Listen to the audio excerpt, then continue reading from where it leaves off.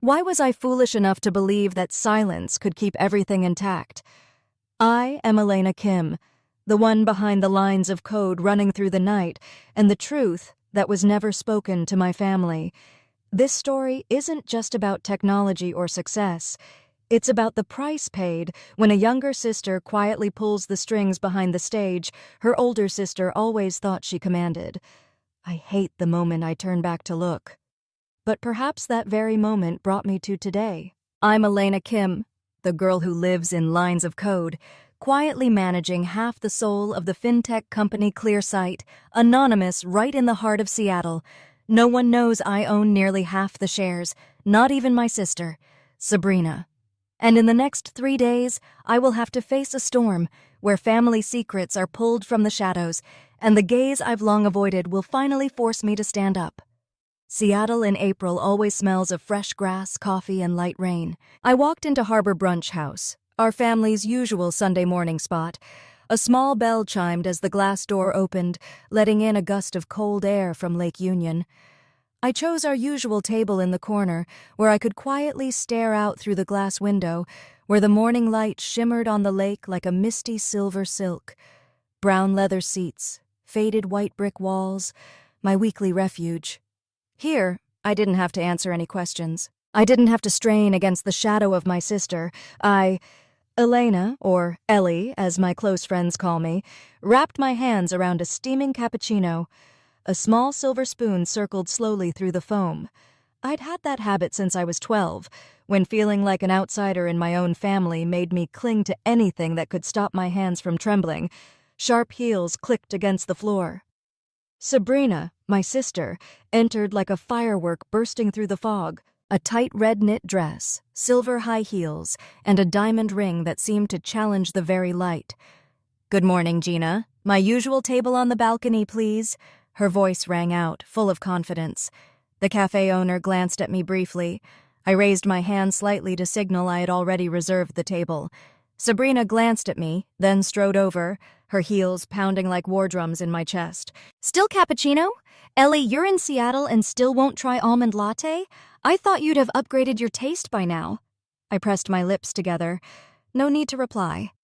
Dad took his seat beside me, and Mom quietly unwrapped her scarf, observing us both. "Don't tease her," Mom said, gently but firmly. "Cappuccino's perfectly fine. She's used to it, no big deal." Sabrina smiled, but her gaze was sharp as a blade, always laced with a hint of condescension when it landed on me. I kept stirring my coffee, eyes fixed on the pale brown swirl. I'd learned to wear silence like a coat, heavy at times but always shielding me from the storms of family drama. Breakfast arrived, and Sabrina talked non-stop about her new job at a major auditing firm near Wallingford, about numbers, strategies, and the imaginary spotlight she constantly cast upon herself.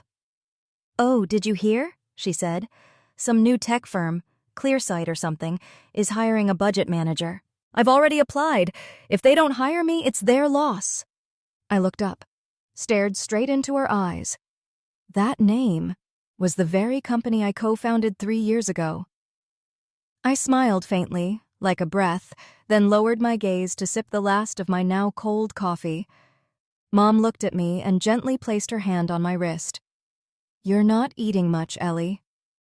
"I'm fine," I said, setting down my fork and knife. My fingers trembled slightly. Sunlight filtered through the window, refracting through a glass of orange juice, casting a ribbon of amber across the table. A boat glided across the lake in the distance, leaving a soft wake. I watched it, my heart thudding. My sister adored the spotlight, while I stood behind the curtain managing the control panel. But was the spotlight always the enemy? Or could it also be the path that lets others finally see me? Breakfast ended. Dad paid the bill, Mom thanked the owner, and Sabrina adjusted her dress in front of the mirror. I stepped out onto the sidewalk and took a deep breath of early spring air. A streetcar rolled across the Fremont Bridge, sunlight bouncing off its red body in a soft gleam. "Come with me to Harvard Avenue this afternoon?" Sabrina asked, her voice suddenly gentler. "There's a new coffee shop that just opened. I heard it's good." I nodded slightly. In her eyes, I saw something unfamiliar. Not the usual arrogance, but curiosity. She climbed into her Audi, flicked on the turn signal, and drove off. Mom called after her. "Drive safe, Ellie." I nodded again and opened the door to my old hybrid car. The air inside still smelled of ink and paper, traces of sleepless nights in the attic studio I shared with Miles. I glanced at the rearview mirror. The face staring back was both strange and familiar, eyes filled with a mix of confusion and quiet joy. Part of me was afraid of the day Sabrina would find out I wasn't just the unemployed little sister, but the creator of the very world she was about to step into. But another part of me was eager to witness that moment. I parked beneath the crimson canopy of maple trees in front of the old brick house in Fremont, where the attic with its worn wooden floorboards had birthed Clearsight. From the outside, it looked like any makeshift apartment. But inside, it was a world that Miles and I had quietly built from 2 battered laptops, a few burnt-out circuit boards, and countless sleepless nights. Clutching my laptop, I climbed the creaking wooden stairs, palms damp with sweat. Had Sabrina ever imagined the truth hidden behind this door? I wasn't sure, but I knew something big was coming, and I, though anxious, was ready to face it. The attic door let out its familiar groan as I pushed it open, and the scent of stale coffee, old printer paper, and dust rushed in. A strange blend I'd grown so used to that I could distinguish the layers of meaning in it. I set my laptop on the stainless steel table in the center of the room, where 2 old-school desks had been duct-taped together to form the command center of our data dream. On the wall, hundreds of sticky notes covered the surface like an abstract painting, yellow for tasks, pink for incomplete ideas, blue for unresolved bugs. In the corner stood a battered whiteboard, where Miles and I had once scribbled our first data processing flowcharts with nearly dried-out markers. Miles was sitting cross-legged on the floor, noise-canceling headphones clamped tight, typing at a tempo like an electronic drumbeat. When he saw me, he pulled them off, voice brimming with excitement. "Hot news! First Capital Bank just requested a live demo. They want to see our risk analysis system in action this Wednesday morning." I stood still for a few seconds. My heart pounded.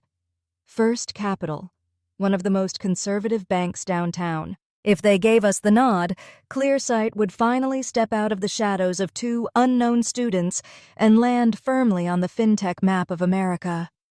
2 days, I whispered. The event processor still isn't optimized. Miles nodded, his eyes gleaming like a kid on Christmas Eve. "I'll handle the pitch. You max out the processor's efficiency. Deal?" "Deal," I said, tapping my fist to his, our quiet ritual whenever we entered battle mode. I opened my laptop. The IDE lit up. The cooling fan whirred softly like a tram passing through a tunnel. Outside, wind howled through the tin rooftop, as if all of Seattle were lending us its strength. Time rewound. I remembered the first day we moved into this attic, a January so cold it bit through the skin. Just the 2 of us, 2 suitcases of clothes, 1 old coffee machine, and a heap of cables from a flea market. He sold his vintage guitar. I sold a camera lens my mother had gifted me, just to afford 3 months' rent. Everything else, we built with our own hands and sleepless nights. "Ellie," Miles called from behind the router desk.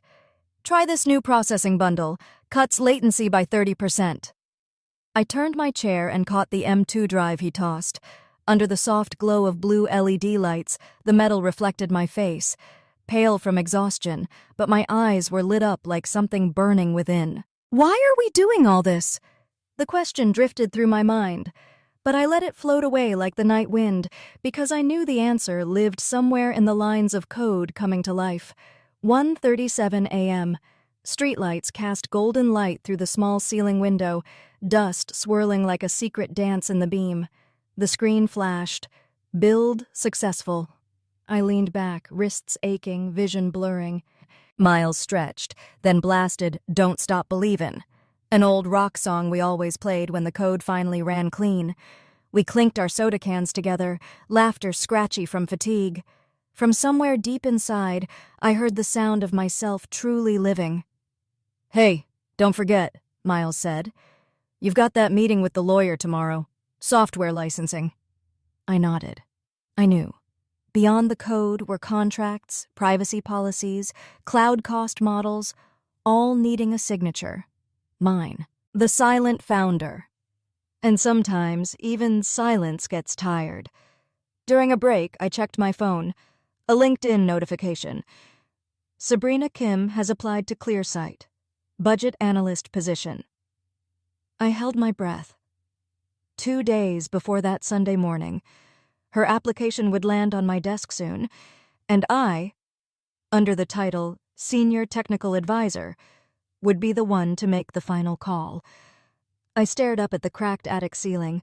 Beside me, Miles hummed along to the melody. Approve or reject? Confront or remain in the shadows? I didn't know, but I did know this. The spiral was drawing closer to the eye of the storm.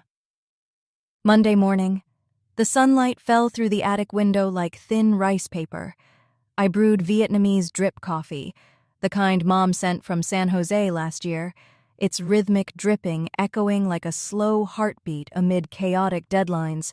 Miles was still asleep, slumped on a beanbag, hoodie covering most of his face. The attic was silent, save for the hum of the fan and the occasional chime of Slack notifications. I checked my email. The subject line stood out like red ink on a white page. First Capital Bank, live demo schedule for Wednesday morning. I skimmed through the attached file. Attendees, risk director, IT head, 2 data specialists. A request at the bottom, latency must not exceed 100 milliseconds for a batch of 20,000 transactions. I blinked. 100 milliseconds. A benchmark we'd only just touched, not consistently maintained. I opened the latest pipeline build, ran a test. Result, 87 to 94 milliseconds. My heart skipped a beat, better than expected. But was it stable enough to stake our entire dream on? Any updates? Miles stirred awake, rubbing his eyes, looking at me through the pale morning light. I shook my head, offering a tight-lipped smile. Your turn to shine soon. Better make it count. He winked. I was born to pitch. We laughed, but beneath the teasing was a tension pulled tight like a violin string. That one click to start the demo could open a whole new era, or shut this attic-born dream down for good. That afternoon, after meeting with the lawyer, I stayed behind with a stack of paperwork. Bold black print read, ClearSight Analytics, Inc. Ownership, Elena Kim, 49%, Maxwell Torres, 51%. I didn't give up my rights. I simply chose to stand in the shadow of the spotlight. The elderly lawyer peered at me over his glasses. You sure you want to remain anonymous? Most founders dream of front-page coverage. I smiled faintly, my voice hoarse from lack of sleep. I don't need a stage. I just need clean running code. Outside, a fine mist fell. Rainy nights in Seattle feel like the city whispering. No noise, no spectacle, just a sheer fabric draped across every street. I walked under awnings. My phone buzzed in my pocket. An email from ClearSight HR. Candidate application. Sabrina Kim. I froze in the rain. Part of me had expected it, but seeing it, those words hit like a needle piercing straight into my chest. I opened the file. Her profile photo appeared. Sabrina, smiling confidently, her gaze as sharp as ever. 2 pages of experience. A skillfully written cover letter.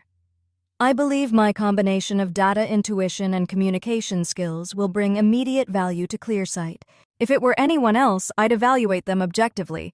Strengths, weaknesses, cultural fit. But this was my sister. The one who once called me a burnt-out bulb. The one who laughed at my coding obsession when I was 15. The only one in the family who didn't know that the company she was trying to join was something I built, line by line, from this attic of sleepless nights. I inhaled deeply. My eyes hovered over the bright green Approve Application button. What should I do? Give her a chance, or keep the distance? I clicked. Approved. Note: Invite to second round interview. In the patter of rain on the tin roof, a part of me felt lighter. Not forgiveness, not surrender, but an opening. For her. For me. 3:00 a.m., the day before the demo. Miles stood in front of the mirror, rehearsing his presentation. I sat at my desk, combing through system logs. The pipeline had just completed 10 consecutive runs, all under 92 milliseconds. I closed my eyes, hand over my chest. My heartbeat was steady. No more fear, just pure focus. Suddenly, I thought of Sunday brunch. Sabrina's unexpected touch on my arm, her gaze a little softer than usual. No mocking remarks, just the faintest signal of connection. Could she really change? Or was I just hoping too much? I didn't know.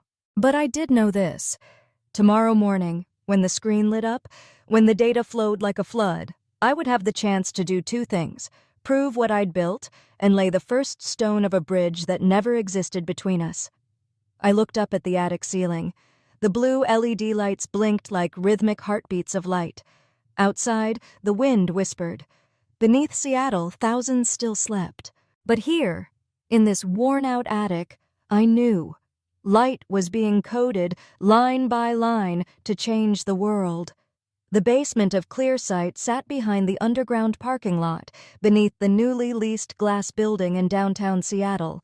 No signboard, no neon lights, just a steel-gray door that occasionally trembled whenever the data load spiked. I always called it the silent heart of the company, where lines of code ran like bloodstreams, keeping the whole system alive. No one came down here except the system engineers. And me. Friday night. The season's first rain tapped rhythmically on the glass ceiling of the ground floor, as if the city itself was clapping in anticipation of something important. I stepped inside, laptop in hand. The faint smell of melting plastic and the chill from rows of servers hit me. A scent I'd grown so familiar with that at times it almost felt comforting. Inside, there was only the green flicker of Ethernet ports and the dim glow of a backup bulb casting a pale emerald light over the cold concrete floor. I opened my laptop and accessed the data monitoring dashboard. Alert. AWS cost spike. Real-time analytics. My brows furrowed. Something wasn't right. I checked the marketing campaign logs. Auto-renew? Still enabled? No, that couldn't be. The campaign was only approved for 30 days.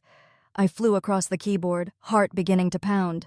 The marketing budget had exceeded the limit by over $42,000. A door swung open behind me. The sharp clack of heels struck the concrete. I looked up. Sabrina.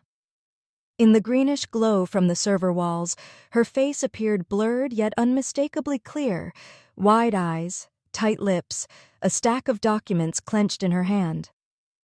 Ellie. Her voice came like mist, but carried an undeniable tremor. I froze, my hand still on the keyboard, the screen behind me glowing with a detailed system map, code I'd written over the last 3 years. What are you doing here? I asked, trying to steady my voice. That's what I should be asking you. Her gaze wasn't sharp anymore. It was disoriented, as if the reality she knew was starting to fracture. I took a deep breath. In that moment, I knew. The mask I'd worn for 3 years, silent, invisible, on the margins of the spotlight, was finally slipping. I'm the technical lead, the one behind the core of Clearsight. Technical lead? Her voice caught. Since when? I turned to face her fully. No more hiding. Since day one, when this company had only 2 people, a plastic table, and an old router. Silence fell across the room. Only the soft whir of cooling fans and the wind howling through the vents, like background music for a film neither of us had prepared to watch. Sabrina stared at me. Her posture trembled slightly, not from cold, but from shock. I didn't say co-founder. I didn't say 49% ownership. I spoke only what I knew she could process in that moment. Finally, I said quietly. The Google Ads campaign you approved has gone over budget. Auto-renew wasn't disabled. I'm assessing the damage.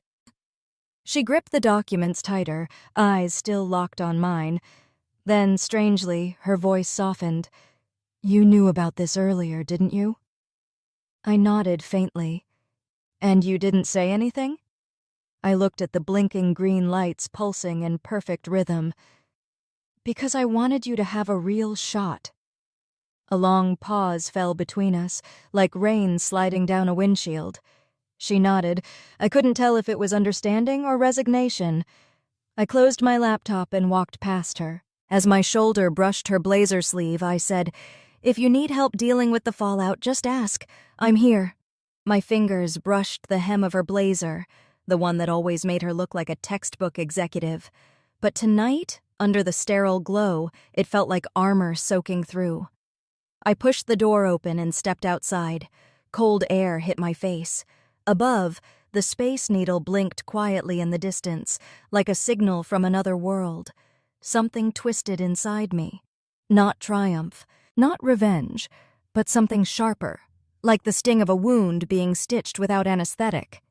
Behind me, Sabrina still stood in the server room, a space that had once been my silent sanctuary. From now on, it would no longer be a place to hide. Monday morning. The air inside the Clearside office was thick, like a gray cloud smothering the city. The scent of fresh plastic from the new desks hadn't yet blended with the aroma of roasted coffee, creating a smell that hovered somewhere between beginning and end. Slack pinged, a notification that hit like a punch to the chest. Finance alert, Q3 marketing expenses have exceeded the budget by $42,000. Emergency meeting at 09 on Quai. I sat motionless in front of the screen. Outside it drizzled, that kind of cold, bitter rain, quiet but persistent, like someone silently trying not to cry. Miles exhaled behind me. He held the detailed report in his hands, brows furrowed as if reading every question mark. It was her fault, he said softly. Forgot to turn off auto-renew. Sabrina looks good on paper, but missed a single checkbox. That comment, though quiet, scraped at my chest. Not because it was wrong, but because it was right. 09:17 a.m., 5th floor conference room. White ceiling lights cast everything in the pale hue of a documentary. On the large screen, red numbers bled across a white background like open wounds. Sabrina sat upright, dressed in a beige blazer, eyes fixed on the slide as if searching for a crack to slip through. We approved the Google Ads campaign for 30 days. Alexis, the finance director, spoke coldly. But the auto-renew flag was never disabled. Result? The system ran for 3 months straight. No one said a word, just the steady tapping of a pen on the wooden table, each click like a countdown for an empty chair. Sabrina inhaled deeply, her fingers clenched around the pen like it was the last thing holding her up. That was my fault, she said, voice even but trembling slightly. I take full responsibility. From the last row, I noticed the faint ring of mascara around her eyes beginning to smear. I clenched my hands in my lap, fingernails digging into skin. Should I say something? Should I step in and shield her? Or keep playing the invisible role? The meeting ended with one line in the minutes. All marketing spending is to be suspended. Sabrina Kim, pending disciplinary review. No one spoke further, just the screech of chairs, hurried footsteps, and the dense silence between two breaths. I stayed behind until the very end. Sabrina quietly gathered her papers, not looking at anyone. That afternoon, I went to the rooftop. The rain had stopped, but the concrete was still damp and cold. Sabrina stood there, holding a stack of damp papers, eyes gazing out toward Lake Union, where sunlight barely peeked through the gray clouds. I approached. The wind whipped through my hair, salty and cold. "You okay?" I asked. She flinched slightly, turning to face me. There was something different about her face. The usual boldness was gone, and so was the half-smile. "Ely, what are you doing here?" "Just happened to come up," I replied. "And I saw you standing alone." She let out a dry laugh. sharp and thin, like the final spark of a dying firework. How ridiculous! Sabrina Kim, the firework of the Kim family, brought down by a single unchecked box. I stayed quiet. It was the first time I'd heard her speak of herself with self-mockery. "Can you fix it?" she asked, still staring at the lake. "For now, yes. I'll contact Google, request a cost adjustment under exceptional circumstances, and I'll rebuild the auto-alert system." I paused. "You won't be buried under this." She turned to look at me. Her eyes were red, but for the first time, soft. "You always know what to do." She sighed. "If you'd spoken up back then, maybe—" The sentence broke off like a snapped guitar string. I looked down at the city. "Failure? It's not the end, but it does change the way we see everything." She said nothing. We stood there. 2 silhouettes, 2 breaths, 1 shared wind. 3 days later, Thursday. The entire company gathered in the lobby. Max stepped up to the podium. His face was visibly tense. "Official announcement from the executive board," he said, voice steady like someone who'd practiced. "Sabrina Kim, employment terminated effective today. The company acknowledges her contributions during the early phase." No one spoke. No one dared. I lowered my gaze, my lips dry. Something cracked inside my chest. Not sharp pain, just cold. That afternoon, I stopped by Sabrina's small new apartment in Capitol Hill. The door was locked. I left behind a plain white envelope with just one line written inside. "When you're ready to talk about how to make things right and how to start over, call me. Ellie." That night, I drove home. The streets were empty. A red light cast its glow across the windshield.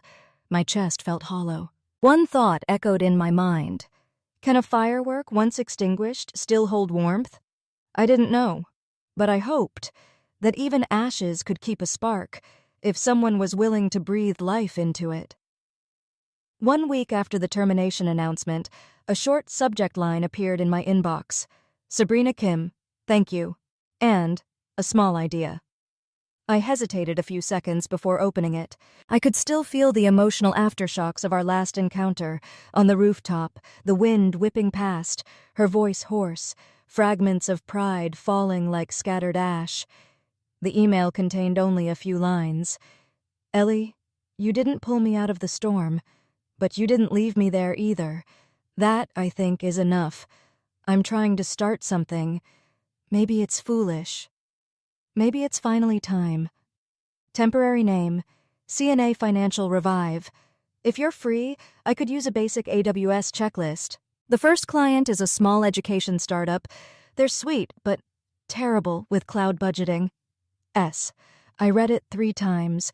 No apology, no excuses, but every word was light and honest. I replied with a 10-point checklist and 1 line at the end. "Free at 10 p.m. tomorrow. Let's meet on Google Meet." And from then on, like a new reflex, every night at 10 p.m. we appeared on screen. 2 tiny squares, 2 different kinds of light. Me. In the server room, LED lights blinking, casting green shadows on my cheekbones. Her, in a small kitchen, warm yellow lighting, fake weathered bookshelves behind her, and a withered mint plant just starting to come back to life. Sabrina talked a lot, but differently than before. No bragging, just reflection. That invoice. I didn't sleep for 3 nights. I realized I've never really read a contract in 4 years. I listened in silence, fingers quietly typing lines of code. She, too, was learning to pause mid-sentence, to stop defending. "A client sent us donuts today," she told me on the 4th night. "They were awful, but stupidly adorable." We laughed. For the first time, a laugh that wasn't prickly, not a shield, just 2 people thawing. One night, I casually shared the story of the first algorithm I wrote at 14, a simple spam filter for my mom's emails. She widened her eyes. "God, you're a hidden genius." I laughed.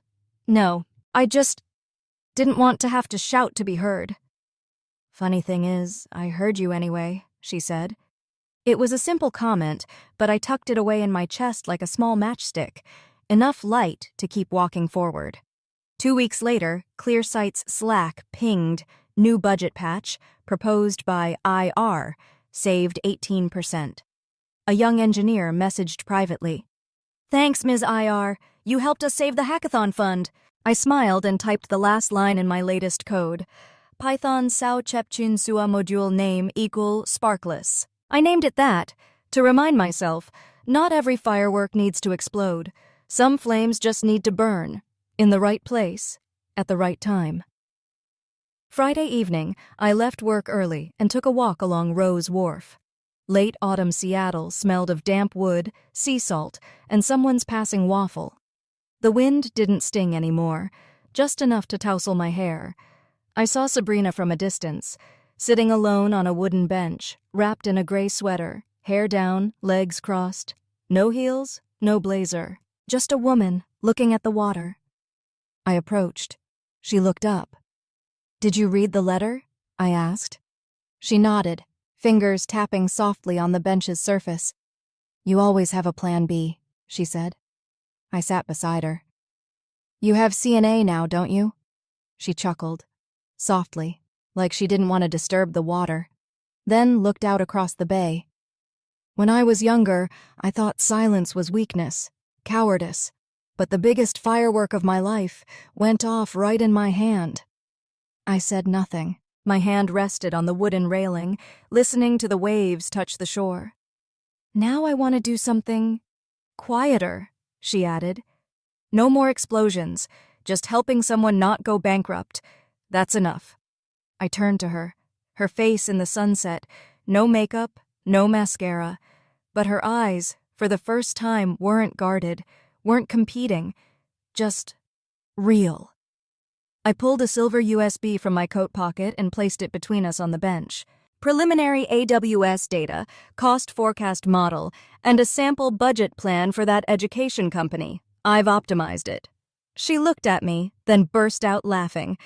"Elena Kim, the cutest flashlight I've ever met." I smiled and said softly, "Just promise me, when you light the fire again, don't let it blow up in your hands this time." She laughed louder, not a Sabrina Kim laugh, but the laugh of someone real, someone learning how to live again from the ashes. Evening at the Seattle Museum of Contemporary Art.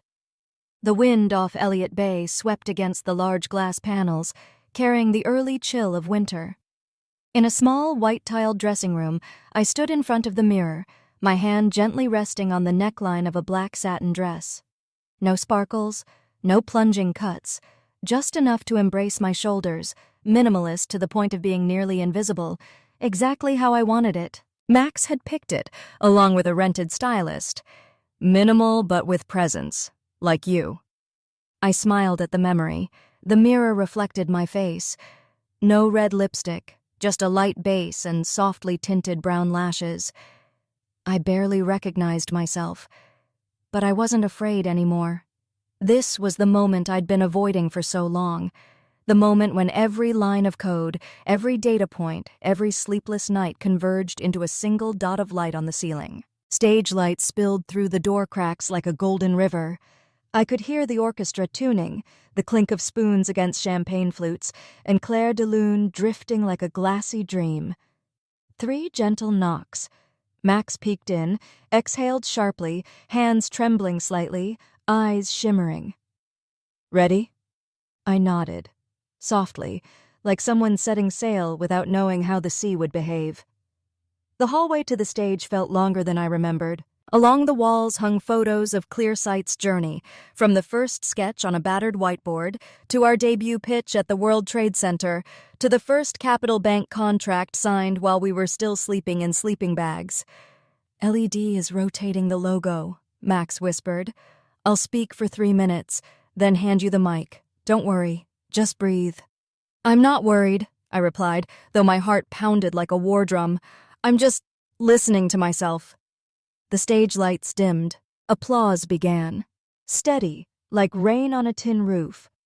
The ClearSight logo appeared on the big screen, numbers bursting like meteors in the night. Max stepped out. In his midnight blue tux, he looked like a storyteller about to tell a fairy tale. 5 years ago, Max began, 2 students with 2 dying laptops and 1 dream typed their first lines of code in an attic in Fremont.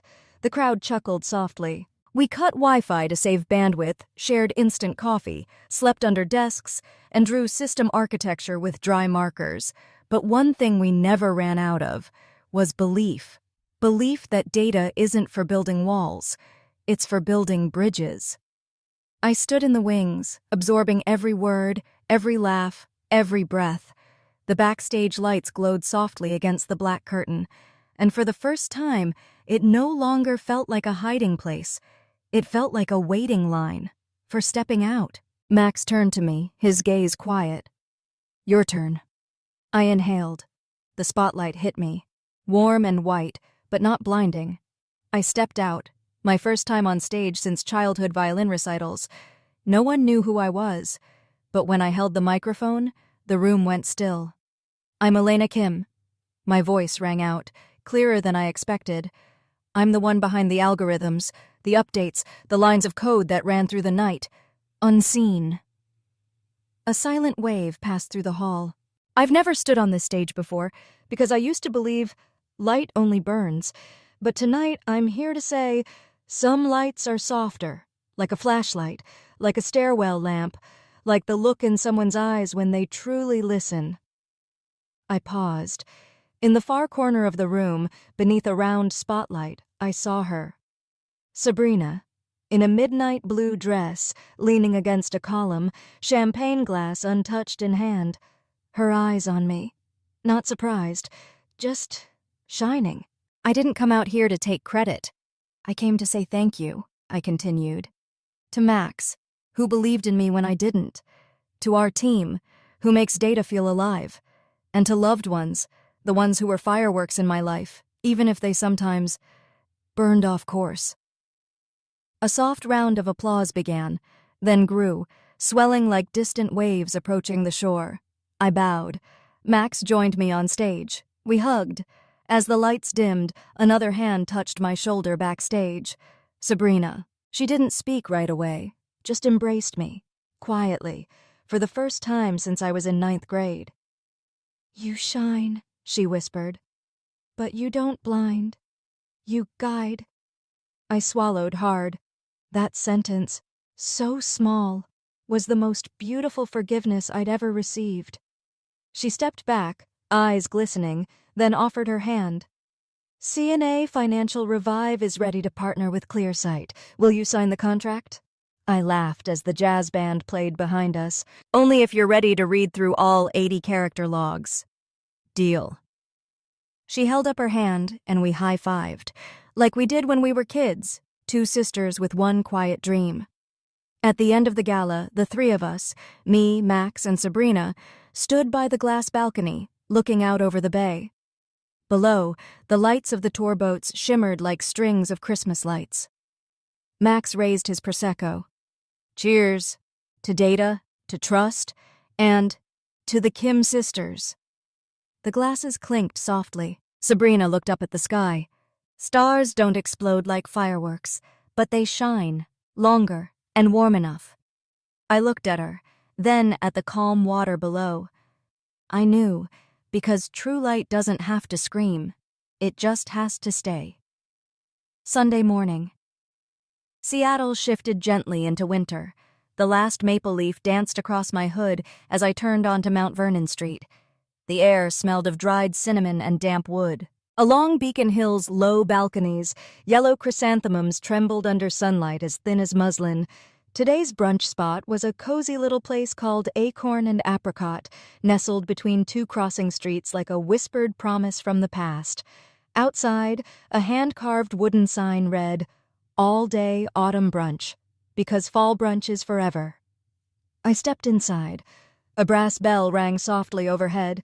The scent of baked apples, Arabica coffee, and honey flooded in like a wool blanket across my chest. My family had arrived. Dad, Mom, Sabrina, Max, gathered around a table near the fireplace, where the flames reflected off the orange juice like a miniature sun. One chair remained empty, for me. I sat down. My gray knit scarf slipped gently from my shoulders. In the center of the table, a small banner handwritten in purple ink by Sabrina read, "Connection brunch. No interrupting, no rebutting. One speaks, the other listens for 3 full minutes." I smiled. On my sweater, a small white ribbon was pinned to my left side, the symbol for the listener. Dad began. His voice was low, broken in places, like wading through memory. "I used to think your silence meant you weren't strong enough. Now I understand. You chose silence to listen to yourself." Mom placed her hand gently over mine. A soft tide rose in my chest. Not crashing, just brushing the shore. Dad paused. The room fell still like a chapel. The faint clink of cutlery on ceramic plates filled the quiet. Sabrina looked at me. I nodded. My turn. "When I was young, I thought if I didn't speak, no one would be disappointed in me. But now I understand. Listening is a form of speaking, if others are patient enough to hear it." No one interrupted. Dad nodded. Mom squeezed my hand. 3 minutes, brief but as deep as a lake. The food arrived: apple caramel drizzled Dutch baby pancakes, arugula salad with ruby pomegranate, and pumpkin hollandaise benedicts. Sabrina quietly placed half a slice of roasted orange on my plate. "Vitamin C for the midnight coder," she whispered. I laughed. Max raised his spritz. "Cheers to the Kim sisters, who just signed their first data-first budget deal between Clearsight and CNA. The bridge is built." Glasses clinked, not loud, just soft and rounded like porcelain bells at a fall wedding. At the end of the meal, Sabrina opened her iPad. A photo filled the screen. A youth center classroom in Rainier. 10 kids, each in front of a computer funded by Clearsight. "They call code magic without wands," she said, eyes softening. "They dream of building a math teaching game." I looked at the light on her cheek. Something settled quietly inside me, no longer needing a name. That afternoon, while walking along Lewisburg Square, I said, "I want to start the Quiet Light Fund, allocate 1.5% of Clearsight's profits to STEM scholarships for girls in Seattle. CNA co-manages, Mom and Dad, as life skills mentors." Mom smiled, eyes crinkling like a crescent moon. "I'll teach gingerbread baking." Dad stroked his chin. "I'll teach basic interest rate logic. No contracts, no declarations, just a nod, like laying one more stone across the bridge." That night, I sat alone in my small apartment overlooking Lake Union. A crescent moon hung like a comma at the end of a long conversation. I opened my laptop and quietly typed in my new OKRs. Expand bridge sessions to external clients. Launch the Quiet Light Fund. Release Nora's colorblind-friendly dashboard palette. A message popped up. Sabrina. "Next Sunday, Mom's making apple pie. Dad's demoing his finance lesson. You ready with your 3 minutes on the taste of cinnamon yet?" I replied with a bunny covering eyes emoji. "Always ready." I stood by the window. Below, the red lights of the passing Red Line train streaked across the city like an underline. Not a period, just a boundary between the past and the next part. I whispered to the girl I was 3 years ago, silent, code and shaking hands, tucked away in a dusty attic. "Thank you for not giving up." The light came, not to dazzle, but to help us see each other more clearly. One last maple leaf fell, touching the water, shattering into silent ripples. On the lake's surface, my reflection rested beside a faint glow, like a flashlight, like a bridge. The moment my dad slammed down the flashlight of data headline and my sister's eyes flickered, what would you do if a bombshell family secret exploded in the middle of an otherwise cozy brunch? Do you think I confronted them head-on or kept the peace? In that situation, would you stay silent to avoid conflict or call out the truth on the spot? Drop a comment with the wildest family drama you've faced, or dread facing, and how you handled it. Stay tuned. An even bigger twist is coming up next, and this story might make you rethink your own family breakfasts.